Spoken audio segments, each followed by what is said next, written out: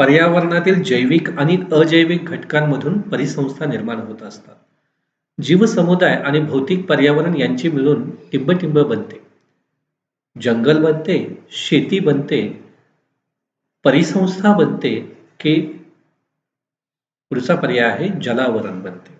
आणि याचे योग्य उत्तर आहे परिसंस्था. पुढचा प्रश्न आहे टिंबटिंब व अजैविक घटकांच्या आंतरक्रियांमधून परिसंस्था निर्माण होते.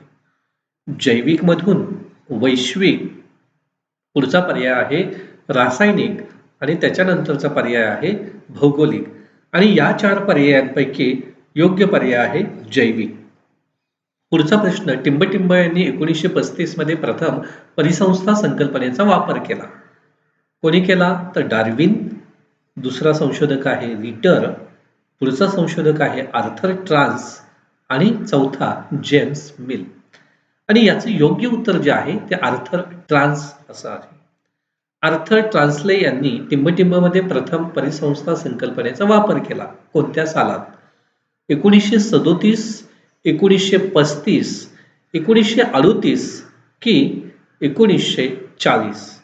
याचं योग्य उत्तर आहे ते 1935.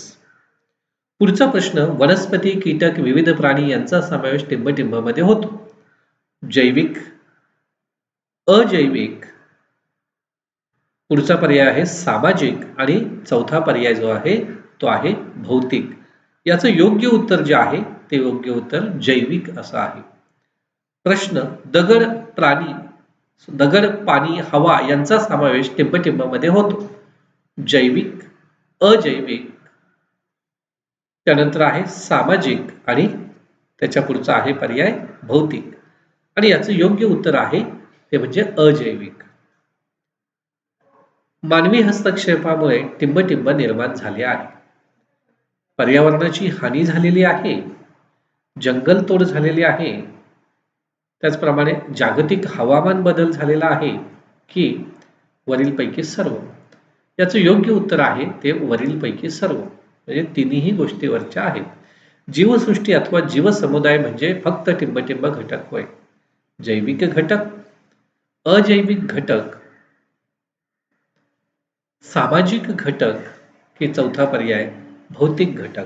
आणि या 4ही पर्यायांपैकी योग्य उत्तर आहे जैविक घटक. टिंबटिंब घटकात भौतिक व रासायनिक घटकांचा समावेश होतो. जैविक घटक, अजैविक घटक, पुढचा पर्याय सामाजिक घटक की शेवटचा पर्याय भौतिक घटक. योग्य उत्तर आहे ते म्हणजे अजैविक घटक. जैविक घटकांचे टिंबटिंब प्रकार पडतात. किती प्रकार पडतात? तर 2, 3 प्रकार, 4 प्रकार की 5 प्रकार? आणि याचं योग्य उत्तर आहे ते म्हणजे 3 प्रकार पडतात. जैविक घटकांचे प्रकार खालीलपैकी कोणते? उत्पादक, भक्षक, विघटक की चौथा पर्याय आहे वरीलपैकी सर्व? आणि याचं योग्य उत्तर आहे ते वरीलपैकी सर्व. पुढचा प्रश्न आहे जमीन आणि समुद्र येथील जे पाणी प्रत्यक्षपणे वनस्पतींवर अवलंबून असतात त्यांना टिंबटिंब म्हणतात. प्राथमिक भक्षक, द्वितीयक भक्षक, तृतीयक भक्षक की वरीलपैकी नाही? आणि याचं योग्य उत्तर दिसतं ते द्वितीयक भक्षक. टिंबटिंब भक्षक जे द्वितीयक प्रकारच्या भक्षकांना सुद्धा खातात. त्यामध्ये प्राथमिक, द्वितीयक, तृतीयक आणि चौथा पर्याय आहे तो म्हणजे वरीलपैकी नाही. आणि याचं योग्य उत्तर दिसतं ते आहे तृतीयक भक्षक. जीवाणू, बुरशी हे सूक्ष्मजीव प्रमुख टिंबटिंब आहेत. ते विघटक आहेत, प्राथमिक भक्षक आहेत, तिसरा पर्याय द्वितीयक भक्षक आहेत की चौथा पर्याय जो आहे तृतीयक भक्षक आहे? आणि याचं योग्य उत्तर आहे विघटक. जीवाणू, बुरशी स्वतः अन्न तयार करू शकत नाही, त्यामुळे त्यांना टिंबटिंब म्हटलं जातं. मग त्यांना स्वयंपोषी म्हणतात, परोपोषी म्हणतात, त्याचप्रमाणे भक्षक म्हणतात की चौथं उत्तर आहे वरीलपैकी नाही तर योग्य उत्तर यातलं दिसतं ते आहे परपोषी. परिसंस्थेची रचना टिंबटिंब ऊर्जेवर अवलंबून असते. आंतरिक, द्वितीयक, पुढचा पर्याय आहे बाह्य आणि चौथा पर्याय आहे इतर. यापैकी योग्य पर्याय जो आहे तो म्हणजे बाह्य. टिंबटिंब हा पृथ्वीवरील ऊर्जेचा प्रमुख स्रोत आहे. सूर्य, चंद्र, कोळसा हे चौथा पर्याय आहे तेल. आणि यापैकी योग्य पर्याय जो दिसतो आपल्याला तो आहे सूर्य. ऊर्जा विनिमयाच्या प्रत्येक पातळीवर ऊर्जा टिंबटिंब होत जाते. ती वाढत जाते, कमी होत जाते, नष्ट होत जाते की चौथा पर्याय यापैकी नाही. आणि योग्य उत्तर आहे ते म्हणजे कमी होत जाते. मनुष्य हा टिंबटिंब आहे. यामध्ये प्राथमिक भक्षक, द्वितीयक भक्षक, तृतीयक भक्षक की चौथं उत्तर आहे सर्व भक्षक. याचं योग्य उत्तर सर्व भक्षक असं आहे. पुढचा प्रश्न, खालीलपैकी टिंबटिंब परिसंस्था ही भूपृष्ठीय परिसंस्था आहे. योग्य उत्तर आहे आपण शोधूया. जंगल, गवताळ, वाळवंटी की चौथं पर्याय आहे वरीलपैकी सर्व. योग्य उत्तर आहे वरीलपैकी सर्व. पुढे खालीलपैकी टिंबटिंब परिसंस्था ही जलपरिसंस्था आहे. टिंबटिंब उत्तर मध्ये नदी, तळी, सरोवर की चौथं उत्तर वरीलपैकी सर्व. आणि याचं योग्य उत्तर आहे ते म्हणजे वरीलपैकी सर्व. पुढचा प्रश्न, खालीलपैकी टिंबटिंब परिसंस्था ही मानवनिर्मित परिसंस्था आहे. कृषी, पशुपालन, कृत्रिम आणि चौथा पर्याय आहे वरीलपैकी सर्व.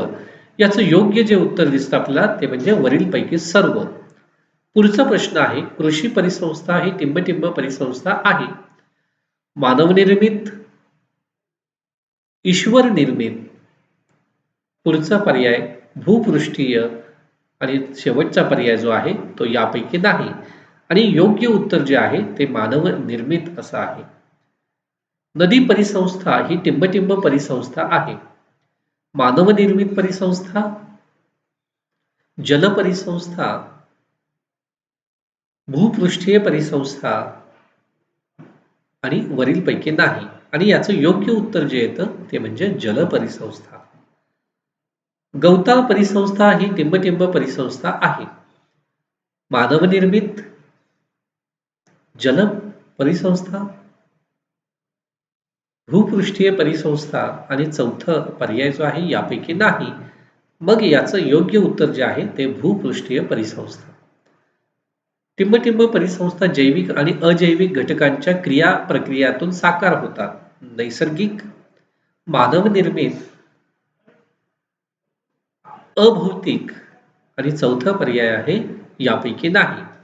आणि याचं योग्य उत्तर जे दिसतं ते नैसर्गिक परिसंस्था. टिंबटिंब परिसंस्थेत प्राण्यांची विविधता तापमान, पाऊस, आर्द्रता इत्यादी भौगोलिक घटकांवर अवलंबून असते. जंगल परिसंस्थेत, समुद्र परिसंस्थेत, भूपृष्ठीय परिसंस्थेत की सरोवर परिसंस्थेत. याचं योग्य उत्तर आहे जंगल परिसंस्थेत. विषुववृत्तीय प्रदेशात टिंबटिंब वने असतात. कोणती वने असतात तर वृक्ष वने, सदाहरित वने, काटेरी वने की चौथं उत्तर यापैकी नाही. आणि योग्य उत्तर जे आहे ते आहे सदाहरित वने. पुढचा प्रश्न आहे, टिंबटिंब हवामानामुळे सदाहरित, सूचीपर्णी आणि पानझड जंगल परिसंस्था आहेत.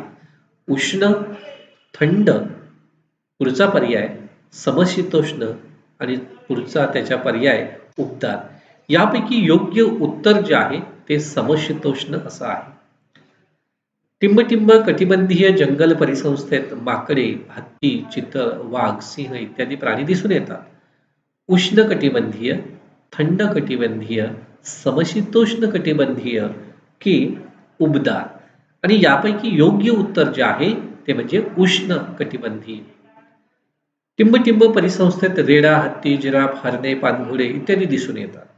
वाळवंटीय परिसंस्था, गवताळ परिसंस्था, पुढचा पर्याय आहे जलपरिसंस्था की शेवटचा पर्याय आहे खाडी परिसंस्था.